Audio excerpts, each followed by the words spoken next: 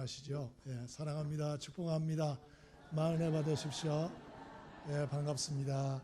예, 반갑습니다. 예, 반갑습니다. 예. 신혼부부도 또 신혼여행 갔다 와서 참석을 또 하셨습니다. 예, 너무 좋습니다. 2019년 얼마 남지 않아서 우리의 삶을 한번 다시 돌아보고 싶습니다. 결산을 좀 할 필요가 있다는 거죠. 이제 곧 11월, 12월 결산해야 될 때가 지금 돼가고 있습니다. 그래서 오늘 예수님의 달란트 비유를 함께 좀 살펴보고 싶습니다. 예수님이 직접 알려주신 비유죠. 그 내용은 너무나 잘 아시는 내용입니다. 어떤 주인이 먼 나라로 가면서 종들 3명에게 재능에 따라서 달란트를 나눠줬다. 종들이 받은 달란트로 열심히 장사하여 결국 오랜 세월이 지나 주인이 돌아왔을 때 종들을 평가하고 평가받는 시간이 오게 되었다. 그런 얘기입니다. 오늘 이 말씀이 우리에게 주시는 교훈이 무엇일까 몇 가지 생각해 보고자 합니다. 첫 번째로 19절입니다. 함께 읽어봅니다. 19절. 자, 시작. 오랜 후에 그 종들의 주인이 돌아와 그들과 결산할세. 아멘. 이 달란트 비유에 주시는 첫 번째 교훈은 인생의 마지막 결산의 날이 온다 하는 것입니다. 여러분, 종들이 정들에게 소유를 맡긴 주인이 오랜 후에, 얼마나 오랜지 몰라요. 그러나 정말 오랜 후에 돌아와서 종들과 결산했다. 주인이 맡긴 자산을 잘 관리했는지, 이익을 남긴 종들에게는 21절, 23절 보니 착하고 충성된 종아라고 칭찬을 해주시며 상급을 주시고 주인의 잔치에 참여하는 복을 주셨다. 30절에 아무것도 남기지 않고 아무 일도 하지 않았던 이런 한 달란트 맡은 종은 결국 내어 쫓기고 밖에서 슬피 울며 이를 갈게 되었다. 이런 얘기입니다. 사실 마태복음 25장은 바로 이 3가지 비유가 나오는데요. 다 동일하게 우리 인생의 마지막 하나님의 결산이 있다. 이 얘기를 동일하게 합니다. 1절로 13절에 열처녀의 비유가 나오죠. 결혼식에 신랑이 저녁이 돼서 신부 집에 오게 되어 있어요. 이스라엘이나 중동의 결혼식은 밤에 합니다. 신랑이 와야 합니다. 그러면 기다리다가 신랑이 오면 신부의 친구 들러리가 나가서 맞이해서 잔치를 치르는 것이죠. 그런데 신랑이 더디 왔어요. 늦게 왔어요. 그래서 신부의 들러리들이 아주 졸았습니다. 그때 드디어 신랑이 왔습니다. 너무 늦게 왔습니다. 기름 준비를 충분히 하지 아니하였던 미련한 5처녀는 기름이 떨어져서 난리가 났습니다. 결국 영접하러 나가지 못하고 결혼잔치에 참석을 못했다. 반면에 기름 준비를 충분히 했던 지혜로운 5처녀는 잔치에 참석을 했고 그리고 여러 가지 아름다운 귀한 일들을 계속 이어나갔다.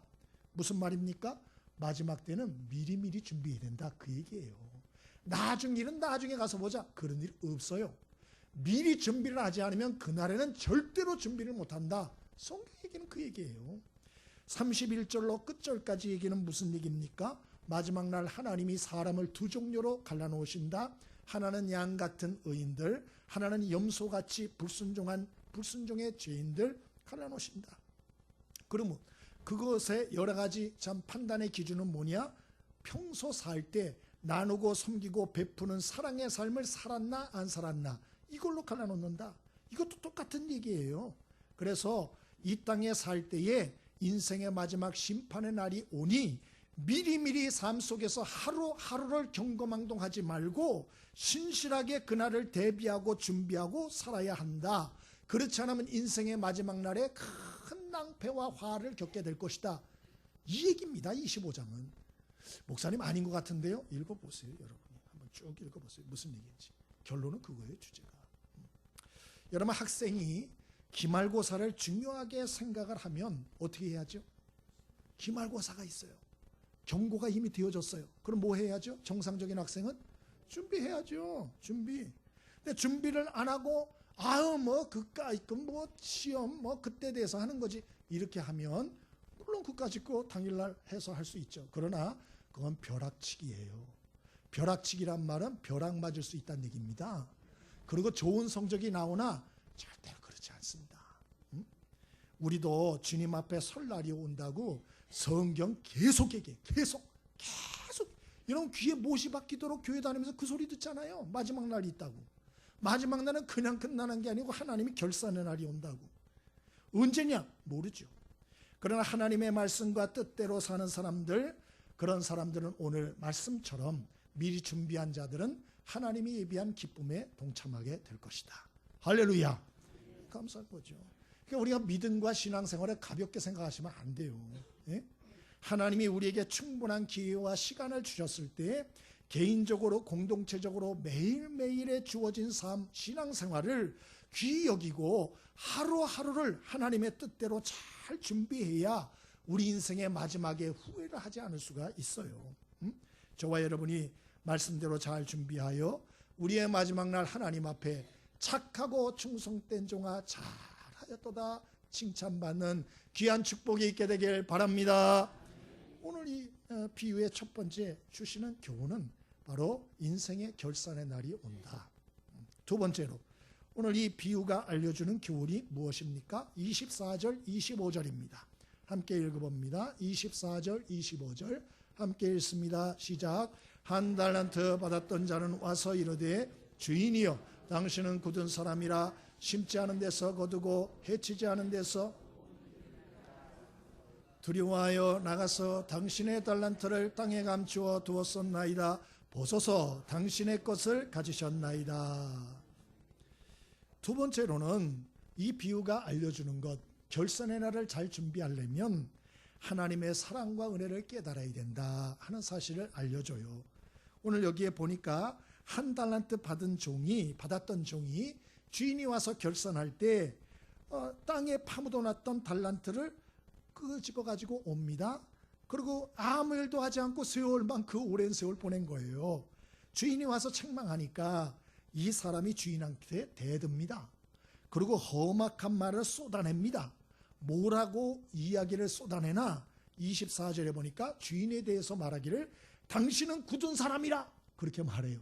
굳은 사람이라 그러니까 무슨 근육이 단단한 사람이다 이런 소리인지 알지만 그게 아니고요. 당신은 굳은 사람이란 말은 당신은 인색한 사람이고 악독기업주입니다. 그런 소리입니다. 당신은 악독하고 인색한 사람이요. 이렇게 말합니다. 세상에 종이 주인한테 대드는 겁니다. 지금 심지어는 뭐라 그러냐 이렇게 말합니다. 당신을 심지 않은 데서 거두고 해치지 않은 데서 모으는 줄을 내가 알았으므로 그렇게 말해요. 심지 않은 데서 거두는 자다. 당신은 무슨 소리죠? 당신은 날강도요. 그런 얘기입니다. 당신은 날로 먹으려는 사람이요. 당신은 날강도나 다름없어. 그런 얘기하는 거죠. 그래서 내가 당신이 무섭고 두렵고 싫어서 당신이 준 달란트 땅속에다 파묻어 두었어요. 보소서 당신 것 당신이 받으시오. 이렇게 하고 주는 거예요. 여러분 이 사람은 왜 이러나? 예수님이 하시는 지금 얘기거든요. 달란트 비유의 주인공은 5달란트, 2달란트 받은 사람 아니에요. 1달란트 받은 사람입니다. 말도 제일 많이 하고요. 이 사람에 대한 얘기가 제일 많이 나옵니다.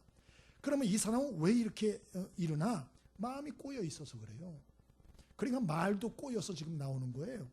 그럼 왜 마음이 꼬였나? 속이 비틀려 있어요. 그 왜 속이 비틀려 있나? 비교의식과 열등감 때문에 그래요. 무슨 소리냐? 왜 나는 1달란트만 줬나? 이 말이지요. 저 사람은 왜 5달란트 주고 저 사람은 왜 2달란트 주고 왜 나는 1달란트밖에 안 줬나? 그런 얘기예요. 그래서 하나님이 주신 건 생각을 안 하고 주변 사람들하고 자기의 삶을 비교를 하면서 낙심하고 좌절하고 주인에 대해서 악감정을 품고 자기에게 맡겨주신 일들은 신경도 안 쓰고 허송세월이나 하면서 변명과 핑계를 대다가 결국 심판의 날에 하나님에 대해서도 대들더라. 그 얘기예요. 반면에 2달란트, 5달란트 받은 사람은 어땠나? 전혀 이런 모습이 없습니다. 22절에 보니까 2달란트 받은 종은 주인이 와서 이야기를 하니까 이렇게 말합니다. 주여 내게 2달란트를 주셨는데 보소서 내가 또 2달란트를 남겼나이다. 말이 단순 깔끔해요. 변명 핑계 군더더기 하나도 없습니다. 20절에 보면 5달란트 받은 종도 주인한테 와서 얘기를 합니다. 똑같습니다. 여러분 희한하지 않아요? 똑같아요. 주여 내게 5달란트를 주셨는데 보소서 5달란트를 남겼나이다. 이 두 사람은 다른 사람 비교하지 않습니다. 주인이 내게 주신 것, 내가 받은 것, 그것만 생각하고 그것을 감사히 생각하고 기뻐하며 최선을 다해 주인의 뜻을 따라 헌신하는 삶을 살았다. 그 얘기예요. 그 열매가 있죠. 주인의 칭찬이 있죠. 상급이 있죠. 점점 잘 되죠. 점점 기쁜 일들이 많죠. 주인의 잔치에 참여하는 축복을 허락받죠. 여러분, 우리도 제발 남하고 비교하는 삶을 포기할 수 있게 되길 바랍니다. 남하고 비교하지 마세요. 하나님이 내게 주신 것, 하나님이 내게 주신 은혜, 내게 주신 축복, 내게 주신 사랑, 여러분 이것에 주목할 수 있게 되길 바랍니다. 그래서 사도 바울은 고린도전서 4장 7절에 참 교회에서 다투고 싸우는 고린도 교회 성도들을 향하여 사도 바울을 말하기를 우리가 하나님께 받지 아니한 것이 어디 있나? 네가 하나님께 받았으면 어찌 받지 않았다라고 자랑하고 함부로 말하는가? 이렇게 말하고 있어요. 우리가 하나님께 받지 않았다고 우기는 것은 이게 불신앙이고, 하나님께 받아도 받은 걸 모르는 게 이게 바로 죄인 거예요. 그리고 받고도 받지 않은 것처럼 큰 소리를 치는 게 교만하고 오만한 것이에요. 그러므로 우리가 정말 의미 있는 인생을 살려면 어떻게 해야 되나? 그 시작이 뭐냐? 하나님이 주신 은혜와 사랑을 깨닫는 데서 시작된다. 깨달음이 있게 되길 바랍니다. 1달란트는 얼마인가? 노동자 6,000일 봉급입니다. 그리고 지금으로 말하면 한 사람의 20년치 연봉이에요. 그러면 1달란트가 적어요? 많아요? 그 적어요? 많은 돈이죠. 아니 종들이 하나 둘이에요? 엄청 많아요. 그런데 3명만 주인이 그 재능을 따라서 믿고 맡긴 거예요. 20년치 연봉을 준 거예요. 자기 아들이에요? 아들도 아니에요. 종이에요. 차용증 하나 쓰라고 했습니까? 차용증 썼단 말도 없어요. 20년치 연봉을 믿고 맡긴 것이 그만큼 그 능력을 신뢰하고 믿은 것입니다. 감사한 거죠. 최선을 다해야죠. 그러나 이 사람은 1달란트 받고도 그런 생각을 안 했어요. 자기보다 나아 보이는 사람들을 계속 생각하고 비교하고 그리고 원망하고 불평하고 그리고 세월을 허비한 것입니다. 어리석은 것이에요. 우리도 이렇게 될 수 있어요. 여러분, 우리에게 주신 하나님의 은혜와 사랑을 깨닫게 되기를 바랍니다. 그러면 하나님이 우리에게 주신 은혜와 달란트가 뭐가 있나? 뭐가 있나? 첫 번째로 생명의 은혜가 있어요. 여러분, 모든 사람이 다 생명의 시간이 똑같은 건 아닙니다. 태어나자마자 죽는 사람 많습니다. 또 어릴 때 죽는 사람 많습니다. 나이 50 안 돼서 객사하는 사람도 많습니다. 교통사고로 이런저런 질병과 알지 못하는 희귀병으로 지금도 응급실에서 누워서 끙끙 앓는 사람, 생사의 분초를 다투는 사람 부지기수입니다. 부지기수. 그러나 우리에게는 하나님이 많은 이러한 생명을 허락해 주셨어요. 생명의 시간을 허락해 주셨어요. 긴 수명을 허락해 주셨어요. 얼마나 감사합니까? 또 남에게 있지 않은 여러 가지 기술, 능력, 재능, 은사를 주셨어요. 또 남에게 없는 부모, 자녀, 형제, 가족, 친구들을 허락해 주셨어요. 이게 보통 은혜가 아니에요. 뿐만 아니고 물질도 허락해 주셨어요. 비록 굶어 죽지 않게 살 만큼이지만 그래도 하나님이 굶어 죽게 하지는 않으세요. 감사한 거 아니에요. 가장 감사해야 할 달란트와 은혜가 무엇입니까? 그것은 구원의 은혜예요. 구원의 은혜. 누가복음 18장 24절에 예수님께서 말씀하시기를 부자가 천국에 들어가기가 얼마나 어려운지 마치 낙타가 바늘기로 들어가는 것보다 더 어렵다, 그렇게 말했어요. 여러분, 그만큼 천국 들어가는 게 쉽다, 어렵다? 어렵다는 거예요. 아, 그럼 부자들은 다 천국 못 들어가겠네? 아니에요. 가난해도 마음이 부한 자들이 있어요. 교만한 자들이 있어요. 여기 말하는 부자라는 것은 물질만 많은 걸 얘기한 거 아니에요. 예? 이런 사람들은 절대로 못 들어가요. 무슨 수를 써도 못 들어갑니다, 천국. 그런데 우리는 어느 날 하나님께서 참 우리의 마음속에 가난한 마음을 주셔서 하나님 만나고 싶다, 하나님께 나가고 싶다, 하나님께 나가면 내 인생에 좀 살 길이 있을 것 같다, 이런 마음 주셨어요. 나도 하나님의 은혜와 예수님의 은혜와 사랑을 좀 받으며 살고 싶다. 나도 그분의 도움을 좀 받으며 살고 싶다. 가난한 마음을 주셨어요. 하나님에 대한 갈증을 주셨어요. 하나님의 은혜에 대한 갈망을 주셨어요. 여러분, 이것이 복 중의 복임을 기억할 수 있게 되길 바랍니다. 그러한 가난한 심령을 주심으로 교회 나오게 하시고 기도의 자리에 앉게 하시고 눈물로 부르짖게 하시고 하나님의 은혜로 구원받게 하시고 기도에 응답받게, 이게 얼마나 위대한 일인가 성경은 말해요. 낙타가 바늘귀로 들어가는 것보다 부자가 천국 들어가는 거 어렵다. 더 다른 말로 하면 뭐야? 불가능이래요. 마음이 부하고 물질이 부한 자들은 자기 힘으로 천국 절대로 못 들어간대요. 그럼 어떻게 해야 되나? 그럼 나 같은 사람이 어떻게 구원을 받게 됐나? 전적으로 하나님이 하신 일이라는 거죠. 그게 기적이라는 거예요. 기적. 옆에 사람에게 인사하시죠. 우리는 기적의 사람들입니다. 깨달음이 있게 되길 바랍니다. 그건 안 따라해도 돼요. 여러분 알잖아요. 여러분 가족 식구라도 여러분 자녀들 예수 믿어요? 예? 별 소리 다 해도 안 믿잖아요. 여러분 배우자들은 어떻습니까? 그래 술술 잘 예수 믿든가요? 쉽지 않아요. 별의별 걸 다 해도 안 돼요. 안 돼. 왜 그럴까요?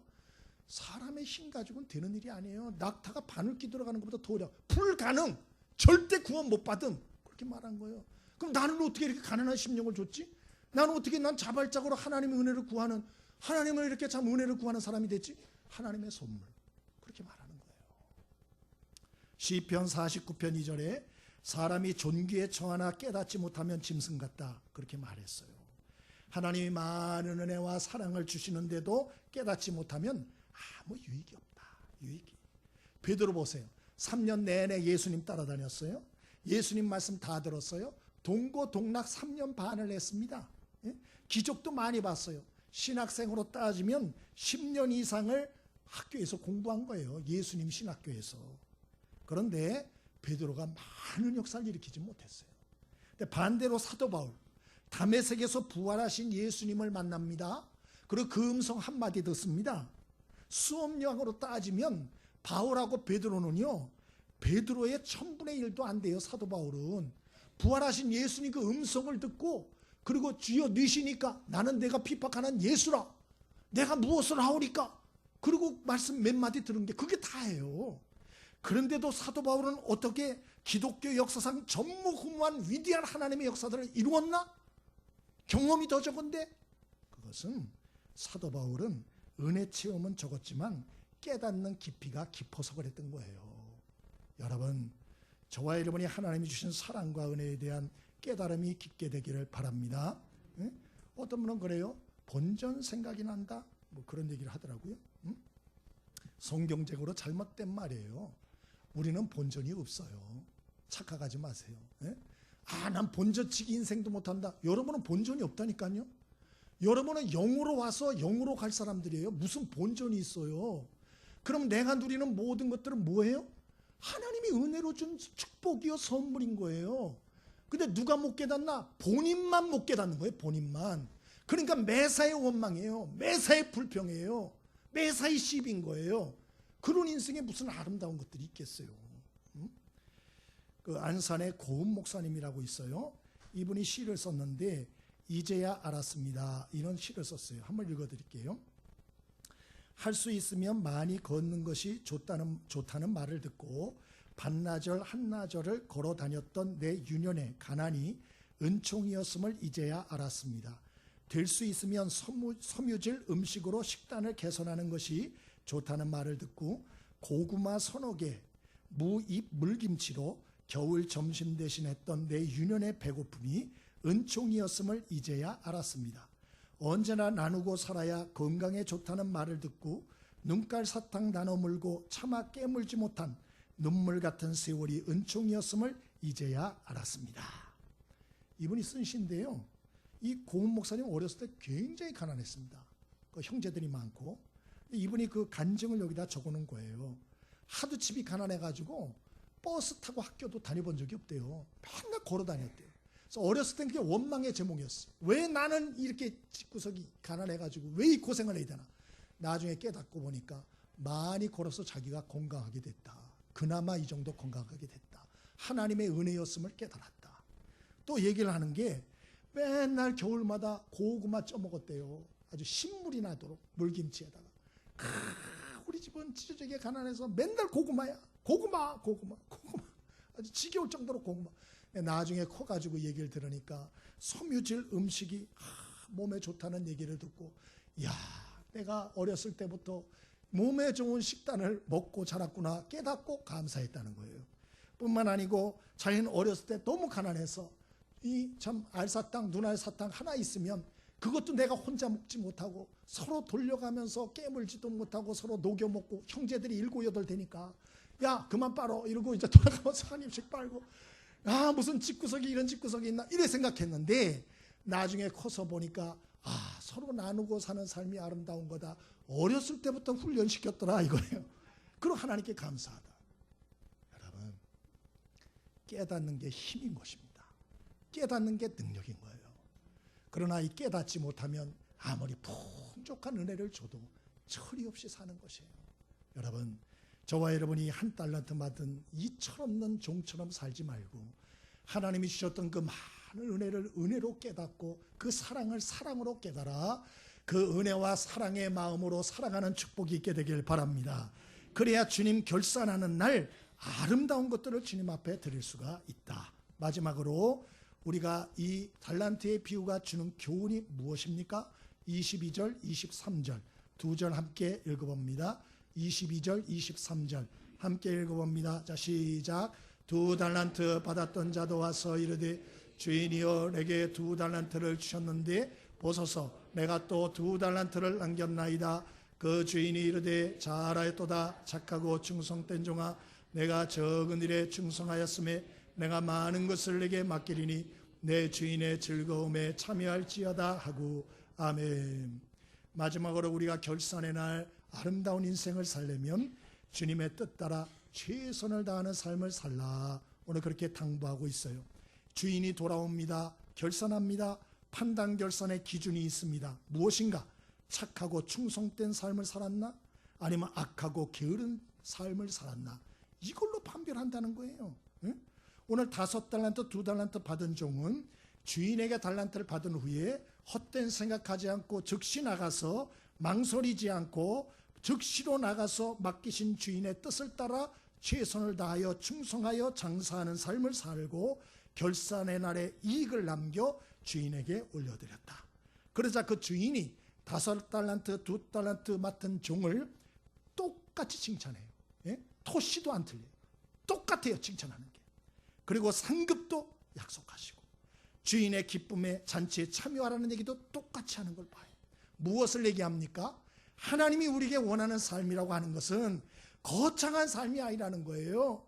무슨 많은 이익을 내고 많은 업적을 남기고 뭐 스펙을 쌓고 스타 성도가 되고 이런 게 아니고, 이름도 없고 빚도 없지만 주인의 뜻에 순종하여 최선을 다하는 삶을 사는 것, 이것이 하나님이 원하시는 삶이다 알려주는 거예요. 적은 것 하나에도 충성된 삶을 사는 것, 이것이 주님이 기대하는 것이다. 그래서 우리 예수님 요한복음 12장 24절에 한 알의 밀이 땅에 떨어져 죽지 아니하면 한 알 그대로 있고 죽으면 많은 열매를 맺나리라 말씀한 거예요. 자기를 희생하는 한 알의 썩는 밀알이 되라. 네? 어디서든. 마태복음 25장 35절 끝에는 양들에게 하나님이 말씀해요. 너희는 내가 배고플 때 먹을 걸 주었고 목마를 때 마시게 하였고 나그네 되었을 때 영접하였고 벗었을 때 옷을 입혔고 병들었을 때 돌아보았고 옥에 갇혔을 때 와서 보았느니라 그래요. 그러자 양들이 말합니다. 하나님, 우리가 언제 하나님께 그렇게 했습니까? 그러자 40절에 하나님 말씀하시기를 여기 내 형제 중 지극히 작은 자 하나에게 한 것이 곧 내게 한 것이다. 그렇게 말씀했어요. 예? 거창한 게 아니에요. 주님의 말씀은 한 달란트 맡은 자처럼 우리가 부족하고 연약하다 할지라도 하나님이 세우신 그곳에서 맡겨진 그 사명을 빚도 없이 이름도 없이 매일 작은 일이라 할지라도 최선을 다하여 섬기고 충성을 다할 때 하나님이 그를 기뻐하시며 하나님의 즐거움의 잔치에 참여케 하신다. 그렇게 말씀하는 거예요. 그러므로 여러분 너무 다른 사람하고 비교하지 마세요. 너무 1등 하려고도 하지 마세요. 예? 그리고 너무 스타가 되려고 그러지 마시고 너무 거창하게 살려고 너무 그러지도 마세요. 물론 하나님이 인도하시면 그렇게 갈 수 있어요. 그러나 여러분이 허황된 너무 거창한 일만 신경 쓰다가 내게 주신 자잘한 작은 일들을 여러분이 놓치고 허비하는 이런 어리석은 종은 되지 말라라고 하는 것이죠. 지극히 작은 자 하나에게 한 것이 주님께 한 것으로 간주해 주신다. 우리 주님 말씀하심을 기억하고 환경 탓하지 말고 주어진 곳에서 최선을 다하여 작은 일에 충성하는 복된 인생 되기를 바랍니다. 고구마 전도왕 김기동 집사님이라고 있습니다. 이분이 얘기 들으니까 미국에 가서 신학을 해서 목사가 되셨더만요. 근데 이분은 33살까지 불교 골수분자였어요. 결혼을 했는데 아내가 예수를 믿게 됐어요. 신방을 왔어요, 목사님이. 그러면 아무리 과격한 사람도 목사가 신방하면 그래 막대하지는 않아요. 근데 이 양반은 문을 열고 목사를 밀어버렸어요. 목사 뒤로 넘어져요. 그래 과격한 사람이에요. 아주 불같은 사람. 신앙 문제로 매일 아내와 다투고, 그리고 이분은 이런 생각을 했대요. 사람이 자기만 똑바로 성실하게 열심히 살면 되지 왜 예수를 믿고 하나님 타령하노? 다 지질이 약한 놈들이 그렇게 하나님 타령하는 거야. 이렇게 생각하고 말하고 다녔대요. 응? 억지로 교회 한번 나간 적이 있대요. 마누라하고 하도 다퉈가지고. 근데 교회에 가가지고 설교를 듣는 중에 그 목사의 설교가 너무 비위가 상해가지고 이분 대단한 분입니다. 그래서 이분이 앞으로 나왔대요. 뚜벅뚜벅. 그리고 뒤로 돌아가지고 저 정문을 향해서 고개 빳빳이 들고 뚜벅뚜벅뚜벅 발소리 크게 발로 쾅 차고 나갔답니다. 그 교회가 과천교회예요. 교인이 예배 시간에 2,000명입니다. 2,000명이 다 보는 거예요. 이거 보통 인간이 아니죠. 이거 보통 예의가 정말 없는 사람이에요. 그러던 중 가정의 평화를 위해서 아내와 타협하고 주일날 오전 일부 예배만 드리고 가족끼리 일요일마다 놀러 가기로 약속을 했어요. 그래 가자 교회. 가줄게. 근데 교회 일부 예배가 뭐 일찍 있으니까 그거 드리고 놀러 가는 거다. 내가 가자는 대로 오케이. 부인도 해가지고 하게 됐어요. 이분이 첫날 약속을 깼어요. 그리고 교회로 차를 가지 않고 고속도로로 올려버렸습니다. 차로. 그러니까 막 하는 거예요. 난리가 났죠. 아내는 약속을 어겼다고. 교회로 가야 된다고. 예배 드려야 된다고. 엄마 아빠가 싸우니까 또 애들도 울고. 김기동 집사가 이때 화가 난 거예요. 야 하나님이 다냐? 이 가정의 가장은 나야. 누가 당신 먹여 살리고 애들 먹여 살려? 내가 먹여 살려.